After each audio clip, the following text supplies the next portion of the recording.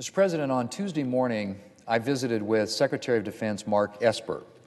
We talked about the military's needs and national security priorities, and we talked about the fact that more than a month into the new fiscal year, Congress still hasn't funded the military for fiscal year 2020. We shouldn't have needed to talk about that, Mr. President. We should have passed the Defense Appropriations Bill for 2020 weeks ago, but Democrats won't let us. Last week, Democrats blocked consideration of the 2020 Defense Appropriations Bill for the second time.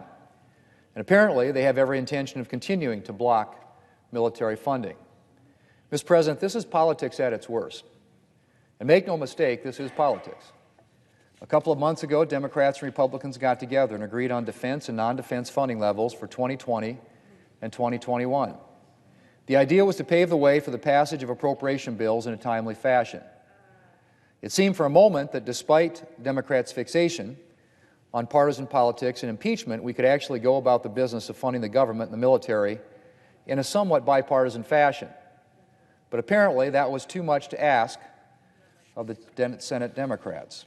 Senate Democrats are currently running from the agreement, attempting to derail the defense funding bill with poison pills that would prevent the bill from ever being enacted into law.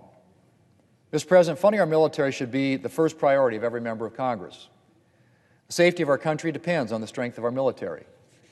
If we don't get national security right, the rest is conversation. And getting national security right means making sure that our military is adequately funding, making sure that we're funding the current needs of the military and preparing for future priorities. And it should go without saying that an essential part of this responsibility is getting that funding passed in a timely fashion. Right now, since we haven't passed the 2020 funding bill, the military is operating under a continuing resolution that maintains funding levels from last year. There are multiple problems with that, Mr. President. In the first place, of course, the military is operating without all the funding that it needs. For example, the Pentagon can't fully support the pay increase military members should be getting. But in addition, a continuing resolution prevents the military from starting key projects that will help ensure our men and women in uniform are prepared to meet the threats of the future. The Pentagon can't start new procurement projects. New research and development initiatives that keep us a step ahead of our adversaries are put on hold. All told, under a continuing resolution, the military's purchasing power is reduced by roughly $5 billion each quarter. $5 billion each quarter, Mr. President, that we continue to operate in continuing resolution is the amount of purchasing power that's lost to our military to meet their critical priorities. Well, to put that in perspective, that's the equivalent of losing out on about 56 F-35 Joint Strike Fighter planes, depending on the variant, every 3 months, or nearly 2 complete Virginia-class attack submarines like the recently commissioned USS South Dakota, or about 5,000 joint air-to-surface standoff missiles like those used to clean up the site of the Baghdadi raid or strike Syrian chemical weapons facilities in 2018. That's $5 billion, Mr. President, that isn't spare change. It's funding for critical military priorities. Mr. President, in November of 2018, the Bipartisan National Defense Strategy Commission released a report warning that our readiness had eroded to the point where we might struggle to win a war against a major power like Russia or China. That's a dangerous situation for our country to be in, and we need to keep working to rebuild our military. And that starts with making sure that our military is fully funded in a timely fashion. Mr. President, on the floor last week, I noted that Democrats would like us to believe that they're serious about legislating and that their years-long obsession with impeaching the president isn't distracting them from doing their job. Well, after Democrats' defense filibuster last week, it's becoming abundantly clear that Democrats are incapable of putting anything ahead of partisan politics, including the safety of our country and the well-being of our military. It's particularly ironic that Democrats are blocking this defense funding bill, which would provide $250 million in assistance to Ukraine. At the same time, Mr. President, that they're trying to impeach the president for allegedly delaying Ukraine funding. Think about that. Mr. President, it's hard to know what to say to my Democrat colleagues.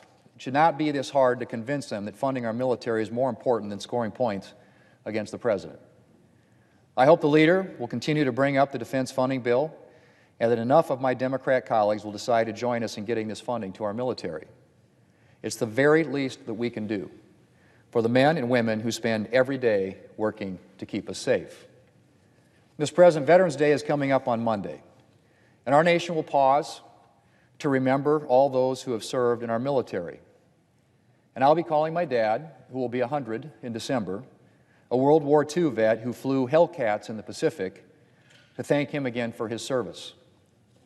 Mr. President, as United States Senator, I've had the privilege of meeting many veterans, men and women, who decided that they were willing to lay down their lives if necessary to ensure that their families, their communities, their fellow countrymen could enjoy the blessings of freedom. Members of the military give up a lot for us. They forego physical comforts and embrace sacrifice. They accept long deployments, days of duty that start before dawn or stretch long into the night. They accept the fact that they will miss Thanksgivings and birthdays and Christmases, first steps and first days of kindergarten, date nights and Little League games and family reunions. They shoulder the burden of facing evil head-on so that the rest of us will never have to.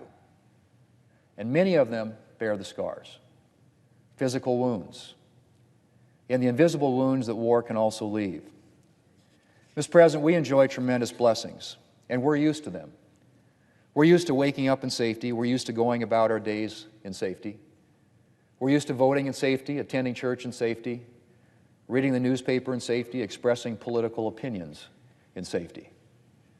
And it can be too easy to forget that we enjoy these tremendous blessings because men and women have been willing to go out and to put their lives on the line for them.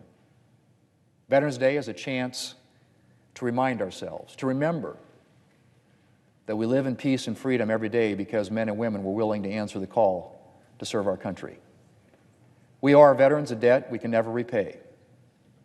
But, Mr. President, we can make sure that we never forget what they've done for us. And we can resolve to lead the kind of lives that will make us worthy of their sacrifice. Mr. President, I yield the floor.